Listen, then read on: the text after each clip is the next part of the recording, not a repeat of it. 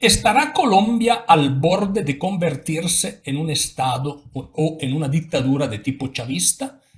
Bueno, si nosotros tomamos en consideración las últimas noticias que llegan de este país, son un poquito alarmantes. Voy a explicarles por qué.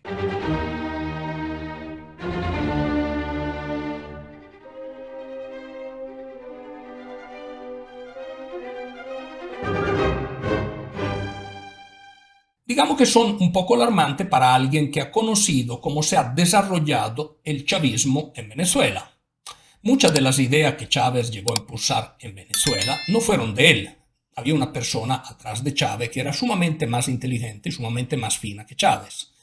Que te guste o que no te guste, creo que es un dato de facto. Es suficiente comparar discursos que daba el líder chavista con discursos que daba el otro líder. Me refiero a Fidel Castro, el dictador de Cuba. Fidel Castro era una persona que había estudiado, una persona muy reflexiva, un filósofo podríamos decir, y de las ideas muy claras. Podés estar de acuerdo o no de acuerdo con Fidel Castro, pero ese dictador sabía hablar y sabía impostar estrategias.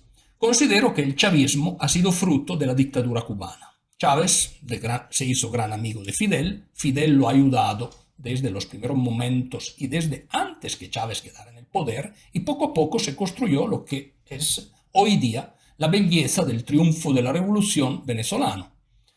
Muchos de los venezolanos que lo votaron probablemente se arrepintieron. Hay otros que tal vez todavía están felices. Sin embargo, esta es la realidad que hay en Venezuela. Para alguien que vivió en Venezuela, que conoce el detalle de las operaciones que hizo Chávez para consolidarse en el país, es importante analizar algún aspecto. Poco a poco, el chavismo llegó a tomar el control de todos los poderes del Estado. Empezó con una constitución, con una constituyente. Obviamente, una constituyente te permite hacerte una constitución a la medida. Es como un traje a la medida. No es lo mismo comprar un traje en una boutique donde hay varias partes del mismo que no te quedan perfectas, a ir donde un sastre que te diseña un traje y que es perfectamente a la medida. Sin embargo, con el tiempo las personas cambian de peso, engordan un poquito, etc.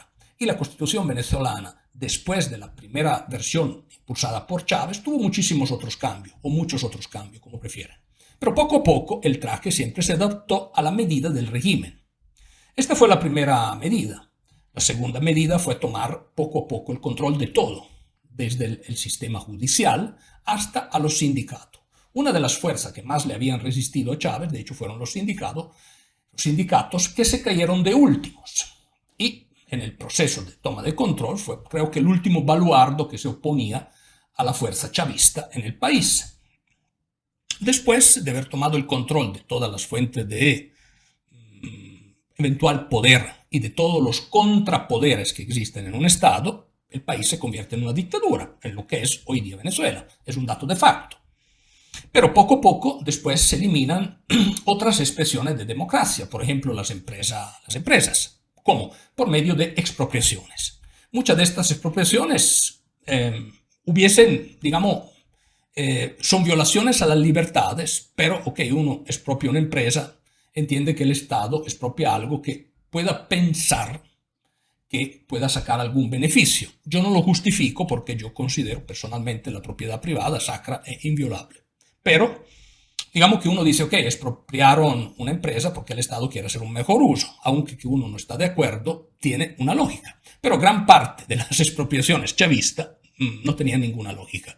Yo recuerdo en el año 2010, estaba en Venezuela y escuché una comuna en un terreno de era 300 hectáreas o 500 hectáreas, no recuerdo bien, en un programa chavista. Y en esta comuna estaban muy contentos porque podían producir 30 o 40 litros de leche diarios.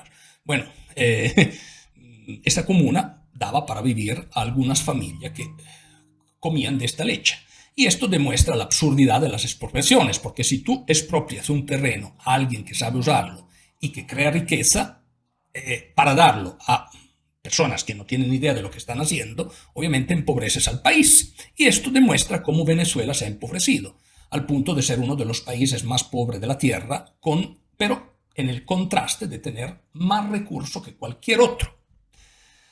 Y ese es solo un ejemplo. Yo recuerdo cuando escuché esta entrevista de esa comuna, fue una cosa patética, me dio pena las personas que vivían en esta comuna, no tenían idea de lo que es una inversión agrícola y no tenían idea del rol de la agricultura. La agricultura existe para dar de comer a las personas, para dar de comer a tu pueblo y ojalá exportar para que el país crezca y se haga más rico. No para permitir la vida de unas pocas familias que se toman justo la leche, que producen unas cuantas vaquitas, cuando podría producir miles de veces más la misma finca y del mismo tamaño. Dicho esto, y esto era un ejemplo para explicar la absurdidad de unos gobernantes que creen que son más inteligentes que el mercado. El contrario, y logran exactamente el contrario, o sea, demostrar que el mercado es mucho más inteligente que ellos. Punto. Dicho esto, en Colombia, el Congreso rechazó una reforma una reforma sanitaria que estaba impulsando Gustavo Petro. Y entonces Petro tuvo la brillante idea de cambiar la Constitución. La Constitución colombiana aún vigente es ficción. Es como un libro de García Márquez. Son palabras escritas. No se aplican en Colombia. Para alguien que ha vivido, hay como un manual que un país, convertir un país democrático en lo que termina siendo una dictadura, como el caso de Venezuela.